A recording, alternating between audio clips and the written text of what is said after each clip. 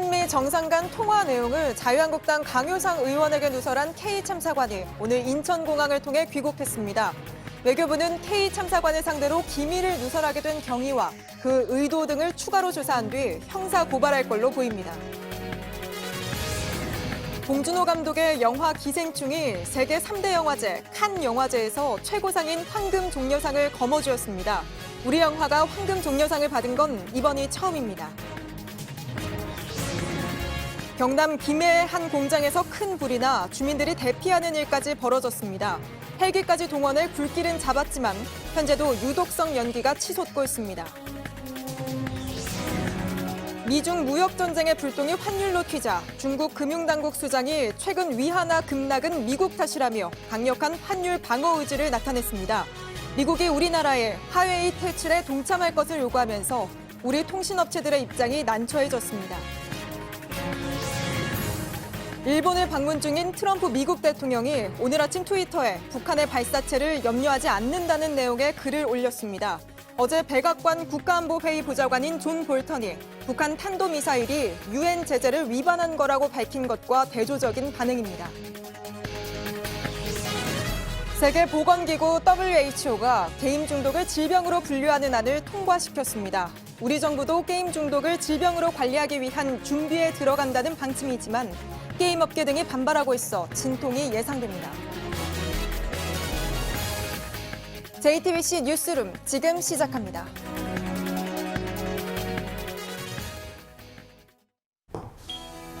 공기청정기가 도로 위로 내일을 바꾸는 현대수소 전기차. 한미 정상 통화 내용 유출 사건의 당사자인 주미 한국대사관 소속 참사관 K씨가 오늘 오후 3시쯤 귀국했습니다. JTBC를 포함해 일부 언론들이 K 참사관을 취재하기 위해 공항 입국장에 기다리고 있었는데요. 조금 전 확인된 사실로는 K 참사관은 언론을 피해서 공항을 빠져나갔습니다. 의혹을 받는 당사자가 카메라를 피해서 공항에 빠져나가는 건 극히 이례적이죠. 외교부는 K씨가 나오는 대로 2차 조사에 들어갈 계획입니다. 이 조사 결과에 따라서 자유한국당 강효상 의원을 통해 얼마나 그리고 또 어떤 방식으로 기밀 유출이 있었는지 드러날 걸로 보입니다. 예, 지금 인천공항에 나가 있는 취재 기자를 연결해 보겠습니다. 신진 기자, K씨가 오늘 언제쯤에 한국에 도착을 한 겁니까? K씨는 오늘 오후 3시 15분쯤 이곳 인천국제공항에 도착한 것으로 알려졌습니다. 저희 JTBC를 비롯한 일부 취재진들이 이곳에서 지금까지 대기를 했는데요. 조금 전 들어온 소식에 따르면 K씨는 비행기에서 내리자마자 조금 뒤 이 취재진의 눈을 피해서 공항을 빠져나간 것으로 알려졌습니다. 예. 보통은 지금 신진 기자가 서 있는 저 출국장을 통해서, 입국장을 통해서 이제 들어오게 될 텐데 혹시 별도의 통로가 있었던 건 아닙니까?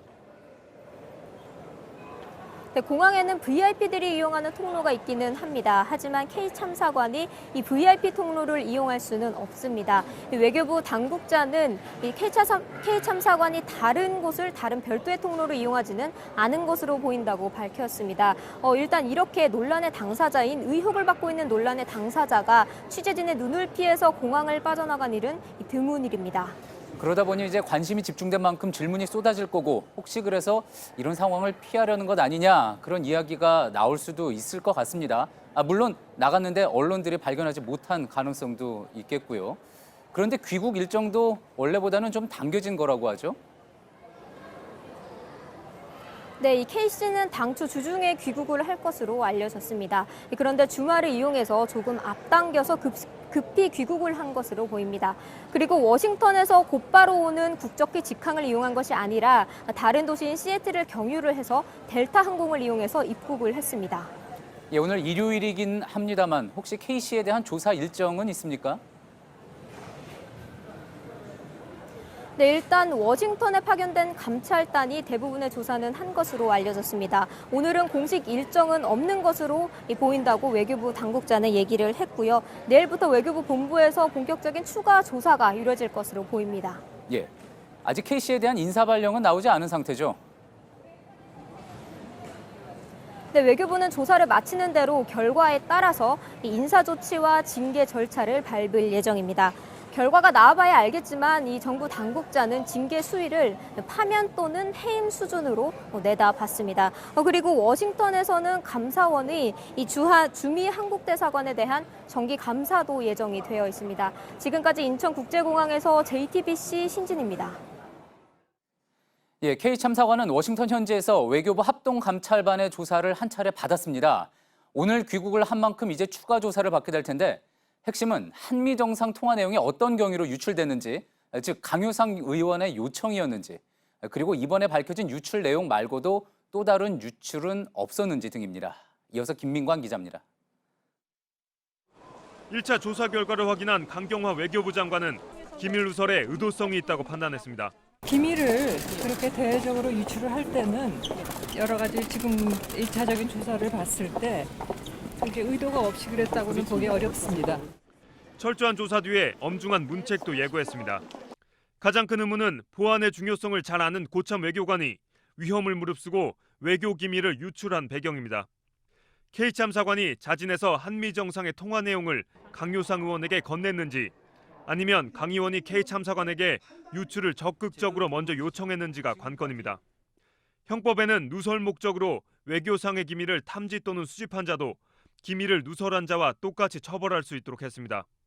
강 의원이 공개할 목적으로 K 참사관에게 정상 통화 내용을 요청했다면 형사처벌될 수도 있습니다. 한미 정상의 통화 내용 말고도 다른 외교 기밀이 누설됐는지도 밝혀내야 할 부분입니다. 강효상 의원은 정의용 국가안보실장이 존 볼턴 미국 국가안보 보좌관에게 회동을 타진했다가 거절당했다고 주장한 바 있습니다. JTBC 김민관입니다. 자유한국당은 한미 정상의 통화 내용이 기밀이라면 강효상 의원을 비난할 게 아니라 외교부의 기강이 해이한 것을 문제 삼아야 한다고 주장했습니다. 하지만 민주당은 유체이탈 화법이라면서 이런 주장이야말로 결국 강효상 의원의 불법 행위를 입증한 셈이라고 반박했습니다. 이어서 김태영 기자입니다. 나경원 자유한국당 원내대표는 외교부 책임론을 주장했습니다. 기밀이라면 그 기강회의 강경화 장관 그리고 조윤재 주미대사부터 책임을 물어야 되는 거 아닙니까, 여러분? 기밀이라면 이란 전제를 붙였지만 자유한국당은 유출된 정상통화 내용을 토대로 구걸 외교라고 비판해왔습니다. 민주당은 바로 반박했습니다. 이해식 민주당 대변인은 나 원내대표의 발언은 유체이탈 화법의 반복이라며 기밀을 누설한 사람이 기강해인데 이를 공개한 사람은 알 권리를 충족한 것이냐 반문했습니다. 민주당은 나 원내대표의 발언이야말로 강효상 의원의 불법 행위를 입증한 셈이라고 주장했습니다. 민주당은 외교상 기밀을 누설한 외교부의 기강 확립도 필요하다고 덧붙였습니다. 박지원 민주평화당 의원 역시 최근 소셜미디어를 통해 통화 내용 유출의 1차 책임은 외교부에 있다면서도 한국당이 진정한 보수정당이라면 당 소속 의원에게도 응분의 조치를 취해야 한다고 주장했습니다. JTBC 김태영입니다. Parasite of Bong Joon-ho.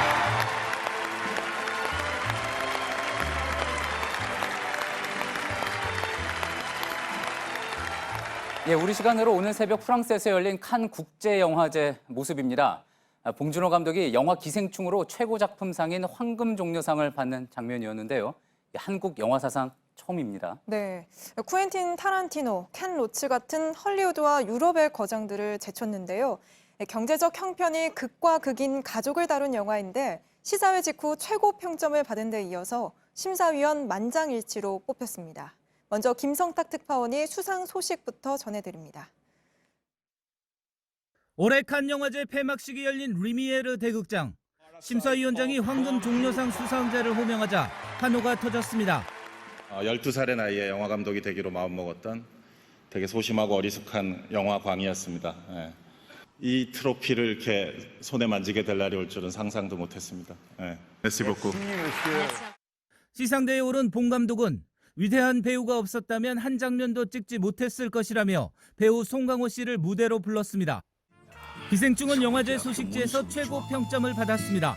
미 영화 매체 인디와이어는 봉준호 자체가 장르라고 했습니다.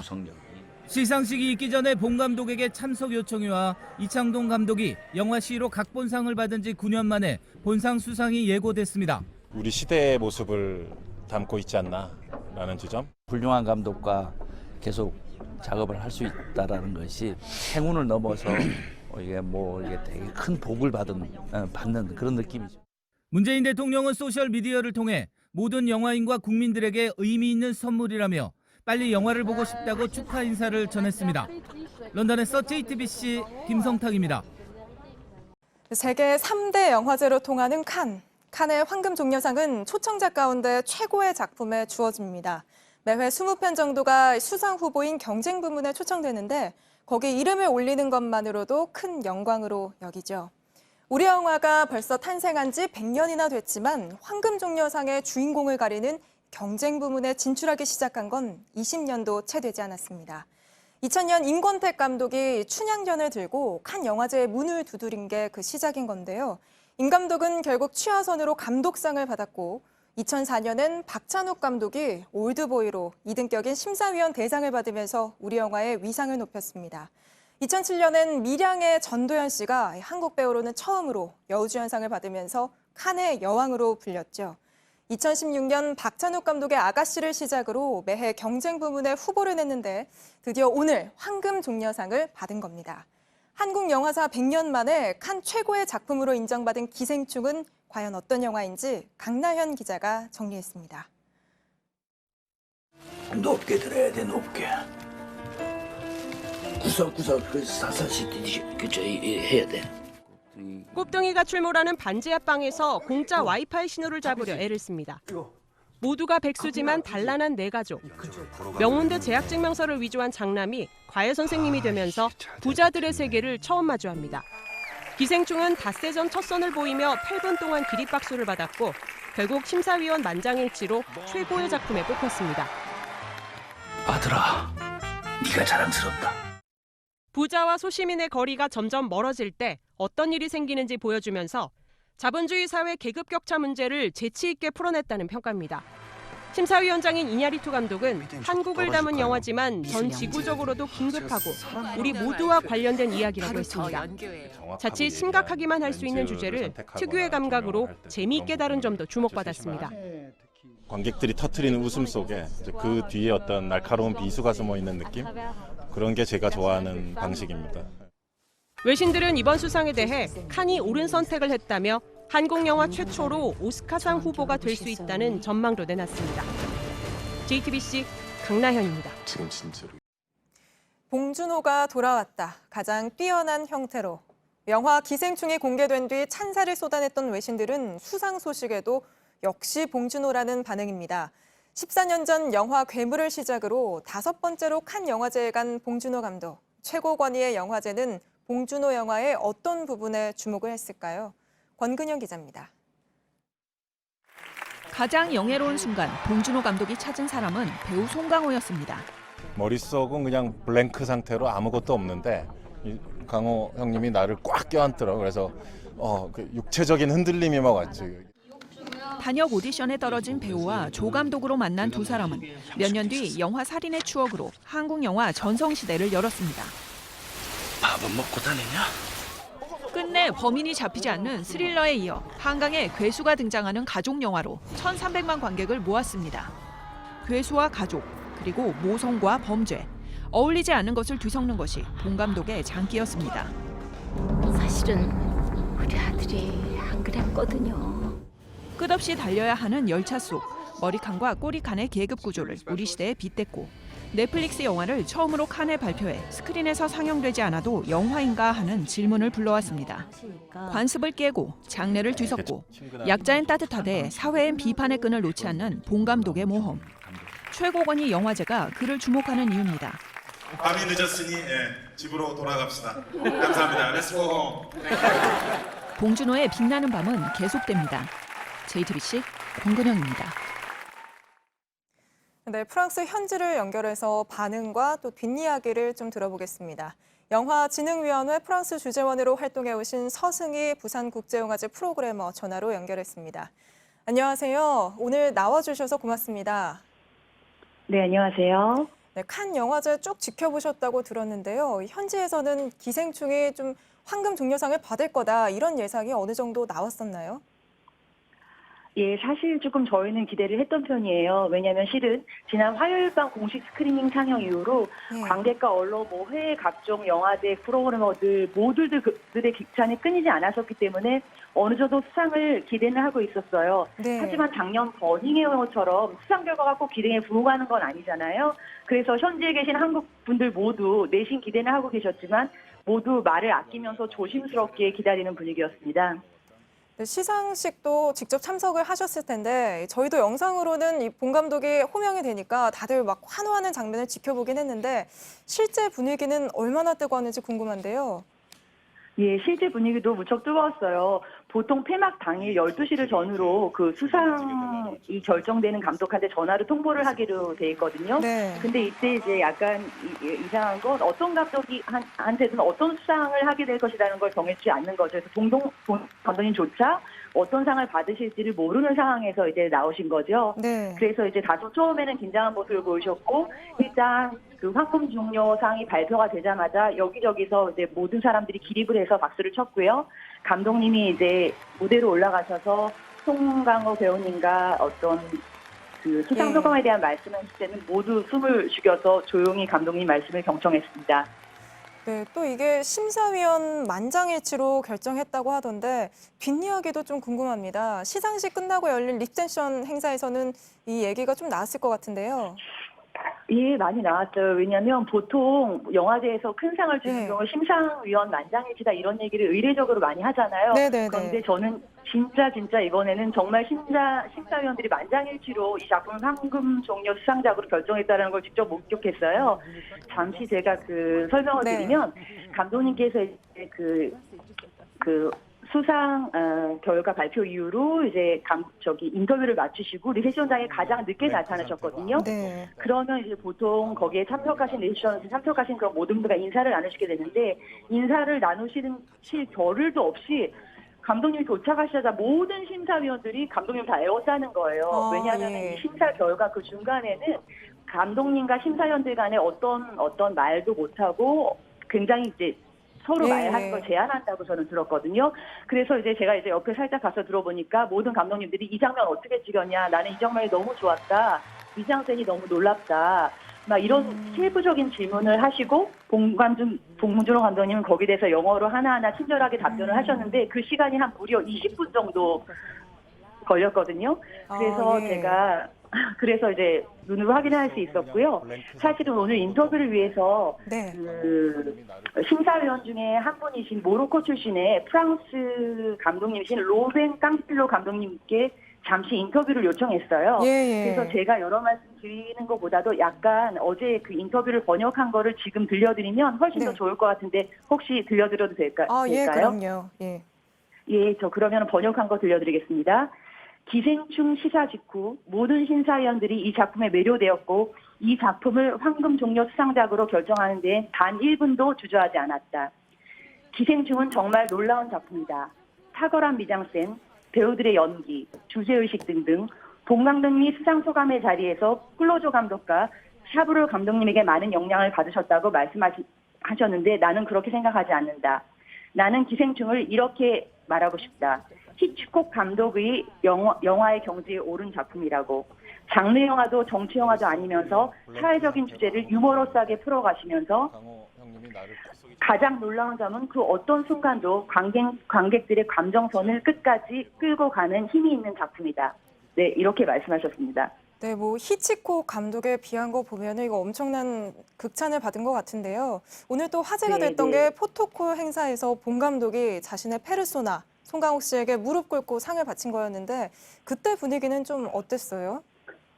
예, 그때 분위기 무척 좋았고 일단 그 봉준호 감독님 수상하셨을 때 혼자 올라가신 게 아니라 그 제작자분과 또 송강호 배우님도 함께 올라가셨잖아요. 그래서 분위기가 무척 좋았고 유럽에서 배우 송강호님에 대한 인기가 상당하거든요. 그래서 사실 올 8월 로카르노 영화제에서 송강호님에게 평생 공로상을 수여한다는 소식도 있어요.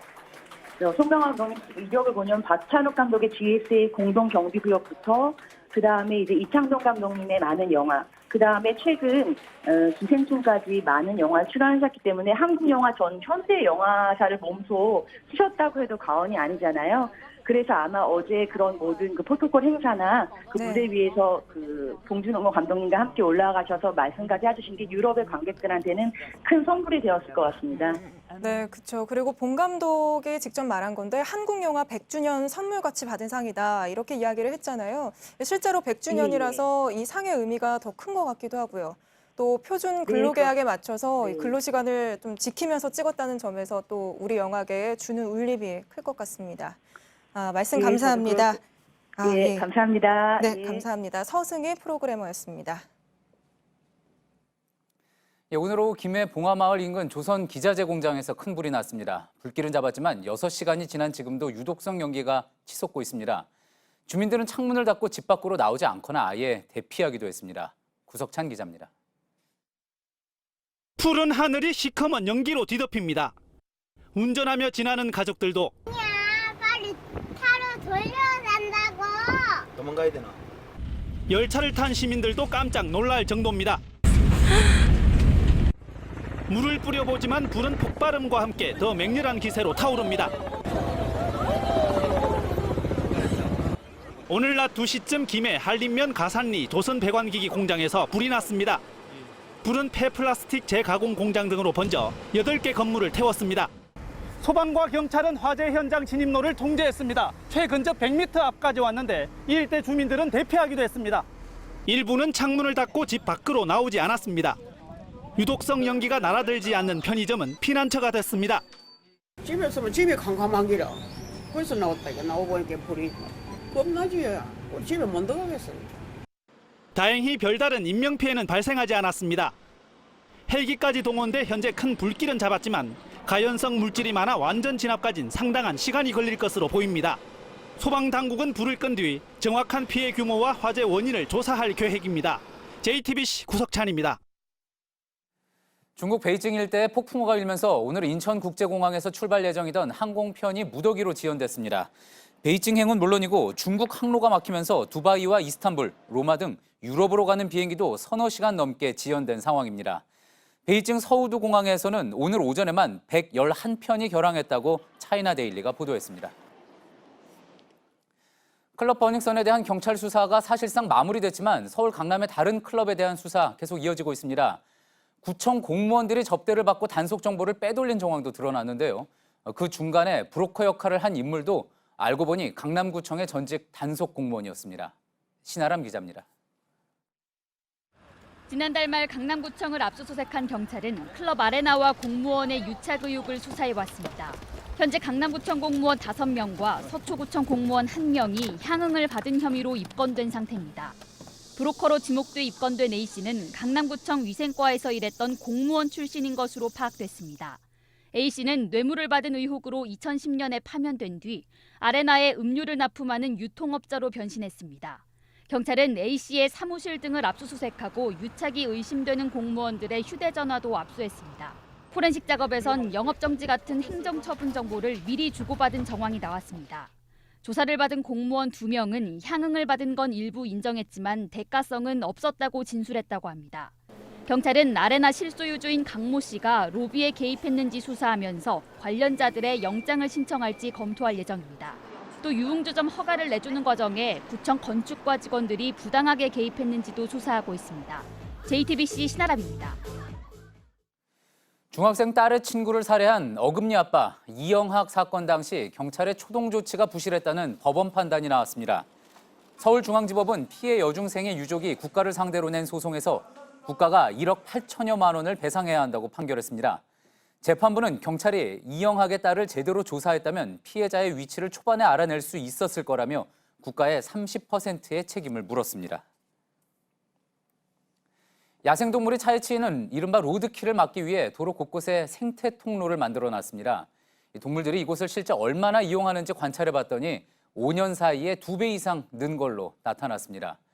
통로에서는 반달가슴곰 같은 멸종 위기종의 모습도 포착이 됐습니다. 박상욱 기자입니다. 지난해 보험 접수된 로드킬 사고만도 4,500여 건, 매일 12건 넘게 접수된 셈입니다. 한 해 도로에서 죽은 동물의 수는 17,000마리에 달합니다. 야생동물의 천적은 도로라는 말까지 나올 정도입니다. 생태 통로는 이 같은 사고를 막고 야생동물의 생태축을 복원하기 위해 만들어졌습니다. 통로 곳곳에 설치된 무인 센서 카메라엔 야생동물들의 모습이 포착됐습니다. 국립공원공단은 이 데이터를 기반으로 2014년부터 지난해까지 5년간 통로별 이용 횟수를 조사했습니다. 이 기간 생태 통로의 수는 9개에서 15개로 늘었습니다. 통로 한 곳당 동물들이 이용하는 횟수는 평균 228.4회에서 565.8회로 2.5배 증가했습니다. 동물들이 가장 많이 이용한 생태 통로는 강원도 한계령과 충청남도 민목재의 통로였습니다. 통로를 가장 많이 이용한 동물은 고라니와 멧돼지로 각각 10,000번 넘게 통로를 드나들었습니다. 멸종위기 1급인 반달가슴곰과 사냥, 2급인 담비와 살기, 통로를 이용하는 모습도 기록됐습니다. 정부는 통로를 추가로 설치해 로드킬을 막고 끊어진 생태축을 이어갈 계획입니다. JTBC 박상욱입니다. 미중 무역 갈등의 불길이 관세에서 환율로 옮겨붙자 중국 금융당국의 수장이 직접 나섰습니다. 위안화 환율이 오른 거는 중국이 아니라 미국 탓이라고 비판을 한 건데 때맞춰 중국 관영 매체들 역시 미국에 대한 비판 수위를 높이고 있습니다. 이주찬 기자입니다. 고수칭 중국 은행보험감독관리위원회 주석은 이달 위안화 가치가 급락한 건 미국이 무역 마찰을 부추겨 시장 심리에 영향을 줬기 때문이라고 주장했습니다. 고 주석은 중국 금융당국의 수장입니다. 미국이 중국을 겨냥해 환율을 조작하는 나라에 관세를 매기겠다고 하자 직접 반박하고 나선 겁니다. 고 주석은 그러면서 위안화를 공매도하는 투기 세력은 반드시 거대한 손실에 맞닥뜨리게 될 것이라고 경고했습니다. 환율 방어 의지를 드러내며 위안화 약세 흐름에 제동을 걸고 나선 겁니다. 위안화 환율은 최근 중국 당국이 마지노선으로 삼고 있는 달러당 7위안선에 접근한 상태입니다. 고 주석은 미국을 향해 무역 갈등을 일으켜 얻을 수 있는 건 아무것도 없을 것이라고 목소리를 높였습니다.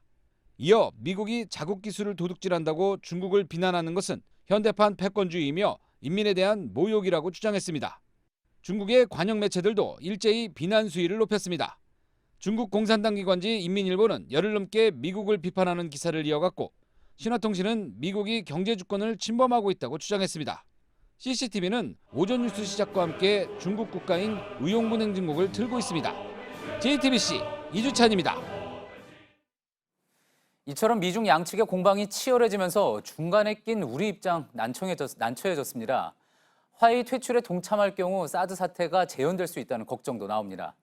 화장품이나 면세점 같이 중국 시장과 밀접한 우리 업체의 시가총액도 일주일 새 2조 6천억 원 정도가 사라졌습니다. 최재원 기자입니다. 미국이 화웨이 퇴출에 한국의 동참을 요구하고 있다는 관측에 시장은 예민하게 반응했습니다. 지난 한 주 동안 화장품, 면세점 등 중국 소비 관련 17개 종목의 주가는 평균 8.16% 떨어졌습니다. 같은 기간 코스피가 0.51% 내린 것을 감안하면 낙폭이 두드러집니다. 시가총액으론 2조 6천억 원 가까이가 사라졌습니다. 중국에 진출한 화장품 유통업체 등은 사드 사태 당시 이른바 한한령의 표적이었습니다. 한국이 화웨이 제재에 동참할 경우 이들 업체가 또 보복을 받을 수 있다는 우려가 시장에 퍼진 겁니다. 2016년 사드 배치 때는 넉 달간 중국 관련 주요 10개 종목의 시가총액만 13조 원 넘게 떨어졌습니다. 화웨이 퇴출이 현실화할 경우 국내 통신업체의 타격도 커질 수 있습니다. LG U+는 5세대 이동통신망에 화웨이 통신 장비를 사용하고 있습니다. 한창 5세대 통신망을 늘려가야 하는 상황에서 복병을 만난 겁니다. KT, SKT 등 다른 통신사들도 은행 ATM기 연결망 등에 화웨이 장비를 쓰고 있습니다. JTBC 최재훈입니다. 오늘 아침 트럼프 미국 대통령이 최근 북한이 쏜 발사체를 북한의 작은 무기라고 부르면서 다른 사람들과 달리 자신은 신경 쓰지 않는다고 말했습니다. 어제 존 볼턴 백악관 국가안보회의 보좌관이 북한의 발사체가 유엔 제재를 위반한 거라고 밝힌 다음에 나온 이야기입니다. 황예린 기자입니다. 북한이 쏜 작은 무기가 나의 사람들과 다른 사람들의 신경을 건드렸지만 나는 아니다. 도널드 트럼프 미국 대통령이 현지 시간 26일 아침에 트위터 글을 올렸습니다. 글에 나온 나의 사람들은 존 볼턴 백악관 국가안보회의 보좌관을 의미한다고 워싱턴 포스트는 설명했습니다. 전날 볼턴 보좌관이 최근 북한이 쏜 발사체가 유엔 안보리의 제재를 위반했다고 비판한 것과는 다른 맥락입니다. 트럼프 대통령은 북한의 발사체에 대해 작은 무기라고 표현하며 선을 그었습니다. 김정은 북한 국무위원장이 비핵화에 대한 약속을 지킬 것이라고 확신한다는 내용도 있었습니다. 뉴욕타임스는 트럼프 대통령이 이란과 베네수엘라 문제에 이어 북한의 발사체에 관해서도 볼턴 보좌관과 충돌했다고 분석했습니다. 한편 북한의 주간지인 통일신보는 오늘 한미 군사훈련을 비판하는 기사를 내보냈습니다. 중재하기로 한 외세와의 합동 군사 연습을 계속 벌이는 등 은폐된 적대 행위에 매달리고 있다고 주장했습니다. 우리 정부의 인도적 지원에 대해선 구차적이고 시시껄렁하다고 표현하며 회의적인 입장을 내비쳤습니다. JTBC 황예린입니다.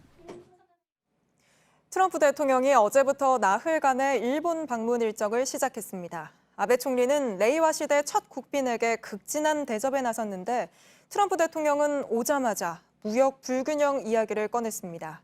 일본 내에선 총리가 투어 가이드냐 이런 비아냥까지 나왔습니다. 윤서령 특파원입니다. 첫 일정에서 트럼프 대통령은 무역 불균형을 시정해야 한다는 말부터 꺼냈습니다.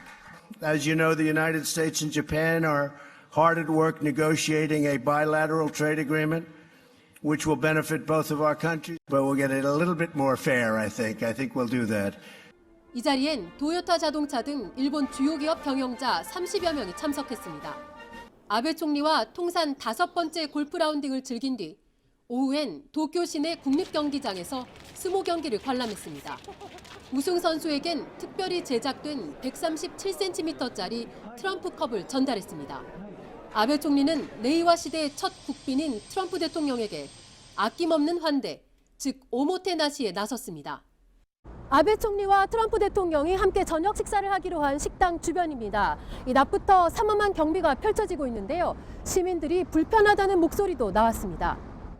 방일 기간 중 경호 인력에만 2만 5천여 명이 배치됐습니다. 야당에서는 총리가 투어 가이드냐라고 비판했습니다.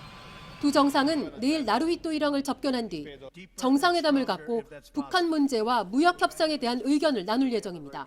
도쿄에서 JTBC 윤서령입니다. 세계보건기구 WHO가 게임 중독을 질병으로 분류하기로 했습니다.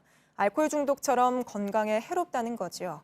우리 정부도 게임 중독을 질병으로 관리하기 위한 준비에 들어갔는데 업계가 강하게 반발하고 있습니다. 정혜성 기자입니다. 게임을 그만둘 수 없다. 일상생활보다 게임이 더 중요하다. 이 상황이 12개월 이상 계속된다. 세계보건기구는 이런 증상을 게임 중독으로 보고 질병으로 공식 지정했습니다. 현지 시간 25일 스위스 제네바에서 총회를 열고 관련 개정안을 만장일치로 통과시킨 겁니다. 바뀐 기준은 2022년부터 적용됩니다. 게임 중독에 공식 질병 코드를 부여하면 각국 정부는 해당 통계를 발표해야 합니다. 게임 중독을 예방하고 치료하기 위해서 정부가 규제를 새로 만들 가능성이 높아지는 겁니다. 술과 담배처럼 게임에 대해서도 별도의 세금을 매길 가능성도 제기됩니다. 우리 보건복지부도 WHO의 권고안을 받아들이겠다는 입장으로 다음 달 협의체를 구성해서 구체적인 논의를 시작하기로 했습니다. 게임 업계는 반발하고 있습니다. 업계는 이번 개정안이 충분한 근거 없이 게임에 대한 부정적 인식만 키웠다고 주장했습니다. JTBC 정혜성입니다. 오늘 새벽 부산에서 음주운전 검문을 피해 도주하던 운전자가 경찰의 추격 끝에 붙잡혔습니다. 22살 김모 씨는 단속 차례 직전 도로 구조물을 들이받으며 도주했지만 타이어가 펑크나면서 경찰에 검거됐습니다. 김 씨는 당시 혈중 알코올 농도 0.121%의 만취 상태로 면허 취소 수준을 넘었던 것으로 조사됐습니다. 가수 구하라 씨가 오늘 새벽 극단적인 선택을 시도했지만 다행히 생명엔 지장이 없는 걸로 전해졌습니다. 구 씨는 의식을 잃은 채로 매니저에게 발견돼 병원으로 옮겨졌고 현재 호흡과 맥박은 정상이라고 합니다. 태국 방콕의 람차방항에 정박 중이던 한국해운사 고려해운 소속의 컨테이너선에서 현지 시간 25일 아침에 폭발이 일어났다고 현지 언론이 보도했습니다. 한국인 5명을 포함한 선원들의 피해는 없는 것으로 전해졌지만 불을 끄려던 항만 근로자 수십 명이 다쳤고 항만이 위치한 스리라차 지역은 위험지대로 선포됐습니다. 태국 경찰은 컨테이너에 화학물질이 실려 있었는지를 살피면서 사고 원인을 조사하고 있습니다. 생존 수영 사업을 따낸 뒤 시에서 지원금을 부풀려 받아챙긴 비영리 단체 회장이 구속됐습니다. JTBC 취재 결과 인천지검은 지난 23일 사단법인 한국학부모안전협회 회장 A씨를 사기 혐의로 구속했습니다. 검찰은 보완 수사를 통해 400만 원 정도였던 A씨의 혐의 액수를 1억 1,000여만 원으로 파악했다고 밝혔습니다.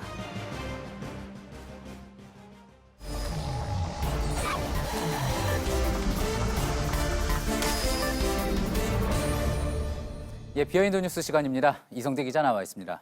첫 번째 키워드 볼까요? 네, 첫 번째 키워드 보겠습니다. 자, 설국 열차와 청동기. 예, 이번 칸 영화제의 주인공 봉준호 감독 이야기겠군요. 그렇습니다. 그 설국열차라는 영화 봉준호 감독의 2013년 작품인데 자, 프랑스 만화를 원작으로 했던 작품입니다. 할리우드 배우들이 많이 출연해서 처음으로 글로벌하게 찍었던 작품인데 관객도 900만 명 이상 드는 흥행했던 작품입니다. 하지만 봉준호 감독은 이 작품 이후에 몇 년 동안은 좀 활동이 뜸해졌는데요. 이게 블랙리스트 명단에 올랐던 것과 연관이 있는 게 아니냐라고 분석을 해볼 수 있습니다. 실제로 2년 전에 했던 언론 인터뷰를 보시면 자, 몇 년 동안은 상당히 악몽 같은 기간이었다. 한국 예술가들이 블랙리스트 때문에 상당히 깊은 트라우마에 시달렸다라고 고백을 하기도 했었습니다. 예, 봉준호 감독, 세계적인 감독이 그런 이야기를 할 정도였다 그러면 정말 블랙리스트가 문화계에 끼친 폐악은 대단했다고 볼 수가 있겠군요. 그렇습니다. 그래서 국정농단 사건이 터진 직후였습니다. 2016년 11월쯤에 프랑스로부터 훈장을 받는 그 상을 받는 자리에서 이렇게 얘기를 했습니다. 지금 나라 안팎으로 상당히 어지러운 상황이라서 충격적인 일이 계속 벌어져서 마냥 기뻐하기가 힘들다. 최순실과 트럼프 대통령이 당시 트럼프 대통령이 당선된 직후였습니다. 최순실과 트럼프 대통령이 한미 정상회담을 하는 건 아닌지 생각하니까 어지럽다라고 상당히 이런 좀 복잡한 신경을 내비치기도 했는데 자, 이후에는요 트라우마에서 좀 회복이 된 느낌도 보이기를 했습니다. 직접 한번 들어보시죠. 예. 작년 2016년 10월 24일 7시 59분에 어떤 심정이셨습니까? 아무 생각 없었습니다. 감사합니다. 예, 단지 준비한 것을 보도해야 된다는 것 이외에는 다른 생각이 없었습니다. 그 방송을 라이브로 봤는데 예. 짜릿한 순간이었습니다. 예, 원래 봉준호 감독이 실화를 바탕으로 한 작품을 그동안 또 많이 찍지 않았습니까? 이런 걸 볼 때 혹시 기생충 다음 작품으로 국정농단 사건을 다루는 영화를 만들지 않을까 하는 생각도 언뜻 들기도 합니다. 그러게요. 봉준호 감독이 좀 비교적 짧은 제목의 영화를 선호를 하는데 예. 만약에 그런 작품을 만든다고 하면 뭐 태블릿 또는 뭐 순실 뭐 이런 제목을 잡지 않을까 싶기도 한데 자, 어쨌든 간에 지금 눈에 띄는 건요. 박근혜 정부 초반에는 봉준호 감독에 대해서 좀 우호적인 입장을 보였습니다. 박 전 대통령이 프랑스에서 가서 이렇게 얘기를 했는데 직접 들어보시죠. 예. 얼마 전 프랑스에서도 개봉을 했고 세계적인 화제가 되고 있는 봉준호 감독의 영화 설국열차는 이러한 컨텐츠 간 융합, 기술과 문화 간 융합이 예. 박 전 대통령의 임기 초반에는 국정기조였죠. 이 문화융성 또 컨텐츠 융합의 대표적인 사례로 설국열차를 언급하고서는 이후에 블랙리스트로 관리를 했다는 건 좀 이해가 안 되는 부분이 있습니다. 예, 그렇군요. 자, 키워드가 그나저나 설국열차와 청동기였습니다. 요즘 청동기 이야기 많이 나오는 것 같은데 왜 청동기가 키워드입니까? 그제 바로 이 시간 비하인드 뉴스 시간에 박근혜 전 대통령이 그 창조 경제를 설명할 때 석기 시대가 끝난 건 돌이 사라져서가 아니라 청동기라는 기술이 발전했다라는 식의 이야기들을 많이 한다고 소개를 해드렸습니다.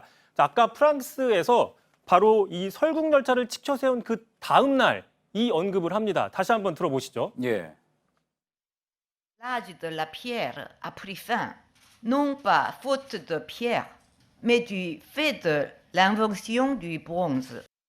예, 저기 2013년인데 저 당시에도 청동기 언급이 있었다는 거군요. 봉준호 감독의 작품 설국열차를 그렇게 띄운 바로 다음 날 저렇게 청동기 시대 얘기를 한 걸로 보면 자, 봉준호 감독 작품이 어떤 청동기적인 발달 맥락으로서 혁신 작품이다. 예. 창조 경제의 한 상징이다. 뭐 이렇게 보는 사례로 소개를 했다고 볼 수 있는데 그렇게 하고서는 정작 가장 전 근대적인 블랙리스트로 탄압을 한 게 아니냐라고 볼 수도 있는 거고 참고로 그제 저희 보도한 이후에 좀 제보가 들어왔습니다. 그렇습니까? 그 석기 시대가 끝난 건 돌이 없어져가 아니다라는 것은 1970년대 오페크의 그 대표였던 사우디의 아메드 자키 야마니 석유 장관이 이미 썼던 말이다라고 나오고 있습니다. 예. 박 전 대통령이 원조가 아닌 셈이죠. 박 전 대통령의 어록책에서도 빼야 될 것 같습니다.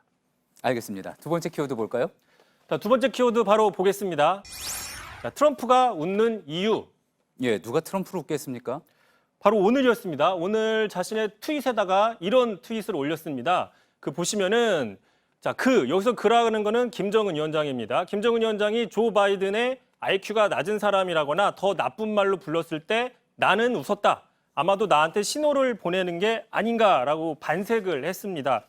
자, 실제로 지금 북한이 조 바이든 민주당의 전 부통령 지금 대선 후보를 상당히 이런 식으로 비판하고 있었습니다. 지난 21일이었는데요. 예. 자, 조 바이든은 인간적인 품격도 갖추지 못한 속물, 지능지수가 모자라는 멍청이, 정신병자처럼 생겼다, 푼 수 없다라는 식의 상당히 원색적인 비난들을 하고 있는데 자, 조 바이든 전 부통령이 유세 중에 김정은 위원장을 폭군이다라고 상당히 맹비난한 뒤에 북한 역시 맹비난을 하고 있는 겁니다. 예.